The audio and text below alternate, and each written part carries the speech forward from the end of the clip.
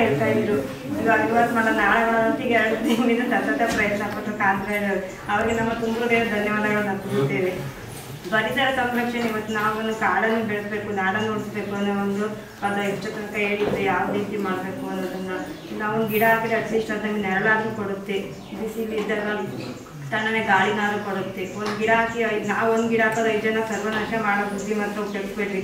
ತಾವೊಂದು ಬೆಳೆಸಿ ತಮಗೊಬ್ಬ ಇನ್ನೊಂದು ಗಿಡ ಬೆಳೆಸಿ ಅಂತ ಹೇಳಿ ಈ ಸಮಯದಲ್ಲಿ ನನಗೆ ಆಗೋದು ಅವಕಾಶ ಮಾಡಿದ್ರೆ ಎಲ್ಲರಿಗೂ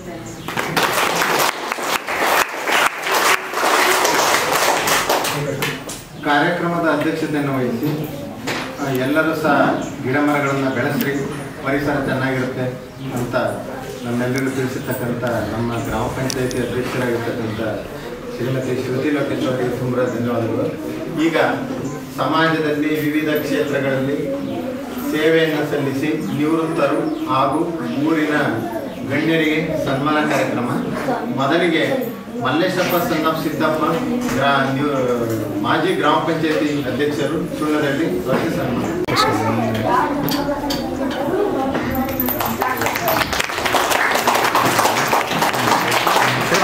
ಹಾಗೆ ಕೊಡಿ ಅದು ಕೆಳಗೆ ಇಟ್ಬಿಡಿ ಅಣ್ಣ ಕೆಳಗೆ ಇಟ್ಬಿಡಿ ಹಾಗೆಲ್ಲ ಹಾಗೆ ನಿಂತ್ಕೊಳ್ಳಿ ಅಣ್ಣ, ಎಲ್ಲ ನಿಂತ್ಕೊಳ್ಳಿ.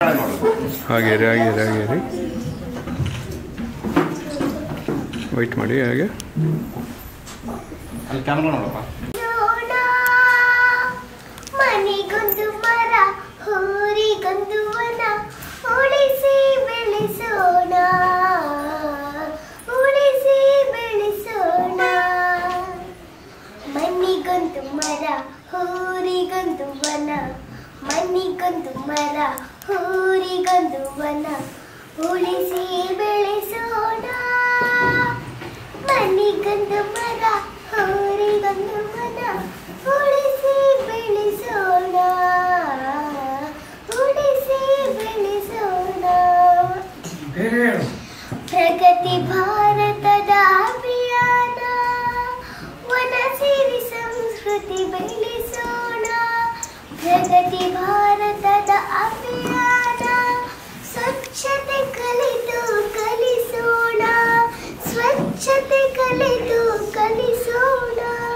ಮನೆಗೊಂದು ಮರ ಊರಿಗೊಂದು ವನ, ಮನೆಗೊಂದು ಮರ ಊರಿಗೊಂದು ವನ ಉಳಿಸಿ ಬೆಳೆಸೋಣ.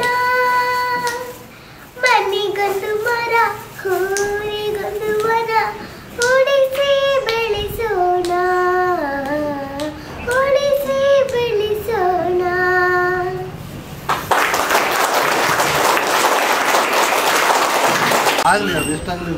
ಸೊ ಮುಂದೆ ಬನ್ನಿ ಹಾಗೆ ರೀ.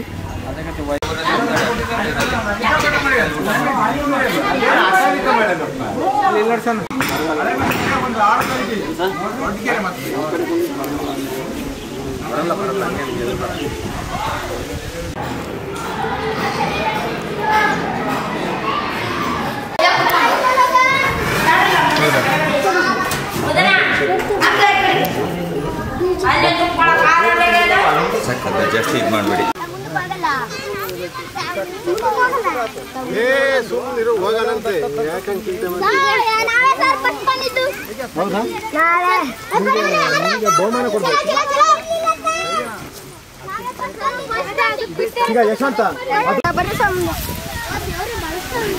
ಇಡಿ ಸರ್, ಎಲ್ಲರೂ ಒಟ್ಟಿಗೆ ಇಡಿ.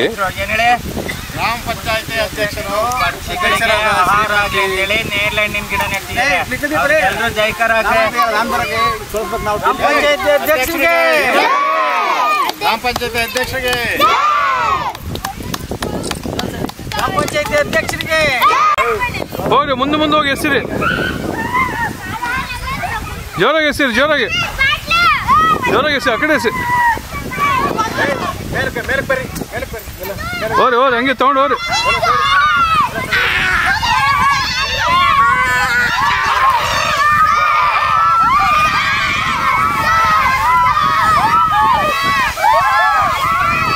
ಒಳ್ಳೆ ಗಾಳಿ ಬರುತ್ತೆ, ಸಾಯಂಕಾಲ ಹಚ್ಕೊಂಡು ಓಡೋಗ್ತಾರೆ ಜನ, ವಯಸ್ಸಾದಿರ್ಬೋದು, ಮಕ್ಕಳಿರ್ಬೋದು. ಪಾರ್ಕ್ ಇಲ್ಲ ಅಂದರೆ ಅಲ್ಲಿ ಸಿಟಿಗಳಿಗೆ ಟೌನ್ಗಳಿಗೆ ಒಳ್ಳೆ ಗಾಳಿನೇ ಇಲ್ಲ. ಗಾಳಿ ಎಲ್ಲಿಂದ ಬರುತ್ತೆ? ಗಿಡ ಮರ ಪಾರ್ಕ್ ಅಂತ ಸರ್ಕಾರದವ್ರು ಮಾಡಿದ್ದಾರೆ. 1 ಎಕರೆ ಜಮೀನು ಅನ್ವೇಷಣೆ ಮಾಡ್ಬೇಕು ಅಂದರೆ ಅಲ್ಲೊಂದು ಪಾರ್ಕ್ ಜಾಗ ಬಿಟ್ಟರೆ ಮಾತ್ರ ಅನ್ವೇಷಣೆ ಮಾಡ್ತಾರೆ. ಆ ಪಾರ್ಕ್ ಇಲ್ಲ ಅಂದ್ರೆ ಅಲ್ಲಿ ಇಲ್ಲವೇ ಇಲ್ಲ. ಅನ್ವೇಷಣೆ ಮಾಡಲ್ಲ, ಪರ್ಮಿಷನ್ನ ಕೊಡಲ್ಲ ಮನೆ ಕಟ್ಟಕ್ಕೆ, ಬಿಲ್ಡಿಂಗ್ ಕಟ್ಟಕ್ಕೆ. ಚಾನಲ್ ರೋಡ್ ಈ ಫಾರೆಸ್ಟ್ನಲ್ಲಿ ಈ ಚಾನಲ್ ರೋಡು ರಸ್ತೆ ಮಾಡ್ತಾರೆ ಅಂದರೆ ಅಲ್ಲಿ ಮರ ಬಂತು ಕಾಡು ಬಂತು ಅಂತ ರೋಡು ಮಾಡೋಂಗಿಲ್ಲ, ರೈಲು ಮಾಡೋಂಗಿಲ್ಲ. ಸೆಂಟ್ರಲ್ ಗೌರ್ಮೆಂಟ್ ಪರಿಸರ ಇಲಾಖೆಯಿಂದ ಪರ್ಮಿಷನ್ ತರಬೇಕು. ಸರ್ಕಾರ ಅಷ್ಟು ಮಾಡಿದೆ ಪ್ರತಿಯೊಂದು ಹಳ್ಳಿಲಿವೆ. ಅದಕ್ಕಾಗಿ ಒಂದು ಇಲಾಖೆ ಅಂತ ಏನಿದೆ, ಸಾಮಾಜಿಕ ಅರಣ್ಯ ಯೋಜನೆ ಅಂತ ಒಂದು ಮಾಡಿದ್ದಾರೆ. State forest, minor forest, social forest. ಈ ಫಾರೆಸ್ಟ್ಗಳೆಲ್ಲ ಯಾಕೆ ಮಾಡಿದ್ದಾರೆ ಅಂದರೆ ಒಳ್ಳೆ ಆರೋಗ್ಯ ಸಿಗಲಿ. ಆಮ್ಲಜನಕ ಉತ್ಪತ್ತಿ ಎಲ್ಲಿಂದ ಆಗುತ್ತೆ? ನಮ್ಗೆ ಆಮ್ಲಜನಕ ಇಲ್ಲ ಅಂದರೆ ನಾವು ಅರ್ಧ ಗಂಟೆ 1/4 ಗಂಟೆ ಒಳ್ಳೆ ಗಾಳಿ ಇಲ್ಲಾಂದ್ರೆ ಸತ್ತೋಗ್ಬಿಡ್ತೀವಿ ಅಲ್ವಾ? ಹಾಗಾಗಿ ಎಲ್ಲೆಲ್ಲಿ ಮರ ಇರ್ತವೋ, ಎಲ್ಲಿ ಹಳ್ಳಿ ಇರುತ್ತೋ ಅದಕ್ಕೆ ಸರ್ಕಾರದ ಹಿಂದೆ ಒಂದು ಸ್ಲೋಗನ್ ಮಾಡಿದ್ದಾರೆ, ಊರಿಗೊಂದು ವನ ಮನೆಗೊಂದು ಸಸಿ ಅಂತ. ನೀವು ನಿಮ್ಮ ಮನೆ ಮುಂದೆ ಒಂದು ಮಿತ್ರ ಕಡೆಗೆ ನಿಮ್ಮ ಮನೆ ಮುಂದೆ ಒಂದು ಸಸಿ ನಟ್ರಿ. ಮನೆ ಮುಂದೆಲ್ಲ ಹೊಂಗೆ ಮರ ತ್ಯಾಗಾಗ್ತದೆ. ತಲತಲಾಂತದಲ್ಲ ರಾಜ ಮಹಾರಾಜರೆಲ್ಲ ರೋಡ್ ಬದಿನೆಲ್ಲ ಮರಗಳು ನೆಡ್ಸಿದ್ರು. ಯಾಕೆ? ಬರೀ ಉದ್ದೇಶ ನೆರಳಿಗಾಗೆಲ್ಲ ಬೇರು ಬಿಡೋದ್ರಿಂದ ಅಬ್ಸರ್ವ್ ಮಾಡ್ಕೊಳ್ಳುತ್ತೆ ನೀರನ್ನು, ತೇವಾಂಶವನ್ನು. ಅಂತರ್ಜಲ ಹೆಚ್ಚು.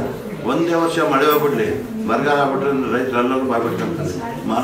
ಮಳೆ ತರಿಸ್ಬೇಕು ಅಂದರೆ ಗಿಡ ನೆಡಬೇಕು. ನಾವು ಇಲ್ಲಿ ನೋಡ್ತಿರ್ತೀವಿ, ಗುಡ್ಡದ ಮೇಲೆ ಮಳೆ ಹೋಗ್ತೈತಿ ಅಂತೀವಿ. ಯಾಕೆ ಗುಡ್ಡದ ಮೇಲೆ ಹೋಗ್ತೈತಿ? ಅಲ್ಲಿ ಗಿಡ ಮರ ಇರುತ್ತಲ್ಲ, ಅದು ಅಟ್ರಾಕ್ಷನ್ ಮಾಡಿ ಮಳೆ ಹಾಕೋಣುತ್ತೆ. ಹಾಗಾಗಿ ಪರಿಸರದ ಬಗ್ಗೆ, ಮರಗಿಡಗಳ ಬಗ್ಗೆ ನಮಗೆ ಅಪಾರ ಗೌರವ ಇರಬೇಕು. ಗಿಡ ನೆಟ್ಟೆ ಗಿಡ ಮರೆಯೋದು. ಈಗ ಯಾರು ಸರ್ಕಾರದವ್ರು ಯಾಕೆ ಮಾಡಿದ್ದಾರೆ? ಗ್ಯಾಸನ್ನು ಸಬ್ಸಿಡಿ ಯಾಕೆ ಕೊಡ್ತಾರೆ? ಕಾರ್ಡ್ ಕೊಡೋದು ಅಡುಗೆ ಮಾಡಲೇಬೇಕು. ಮನುಷ್ಯ ಬದುಕಿನ ತಿನ್ನಲೇಬೇಕು. ಬರೀ ಸೌದಿ ಒಲೆಯಲ್ಲೇ ಮಾಡೋರು, ಇನ್ನೊಂದ್ರಲ್ಲಿ ಮಾಡೋರು, ಕಲ್ಲಿದ್ದಲ್ಲಿ ಮಾಡೋರು. ಈಗೆಲ್ಲ ಬಿಟ್ಟು ಯಾಕೆ ಮಾಡಿದ್ದಾರೆ? ಗ್ಯಾಸ್ ಯಾಕೆ ಕೊಟ್ಟಿದ್ದಾರೆ? ಕಾಡು ಕಡಿಬಾರ್ದು, ನಾಡು ಉಳಿಸ್ಬೇಕು, ಪರಿಸರ ಹಾಳು ಮಾಡಬಾರ್ದು, ಆಮ್ಲಜನಕ ಉಳಿಸ್ಬೇಕು, ಪ್ರತಿಯೊಬ್ಬ ಪ್ರಜೆಯು ಆರೋಗ್ಯವಂತನಾಗಿ ಬದುಕಬೇಕು.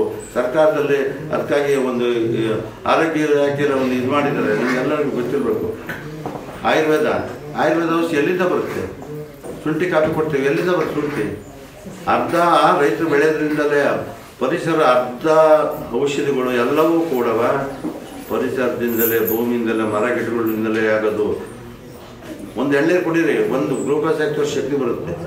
ಎಳ್ನೀರು ಎಲ್ಲಿಂದ ಬಂತು? ಭೂಮಿಯಿಂದ ಬಂತು. ನಾವು ನೆಟ್ಟಿದ್ದಕ್ಕೆ ಬಂತು. ಅದು ಆರೋಗ್ಯನೂ ಕಾಪಾಡುತ್ತೆ, ಭೂಮಿನೂ ಉಳಿಸುತ್ತೆ, ನೆರಳನ್ನು ಉಳಿಸುತ್ತೆ. ಹಾಗಾಗಿ ಮರ ಗಿಡ ನೆಡಬೇಕು. ನೀವು ಸಂಕಲ್ಪ ಮಾಡ್ಕೋಬೇಕು.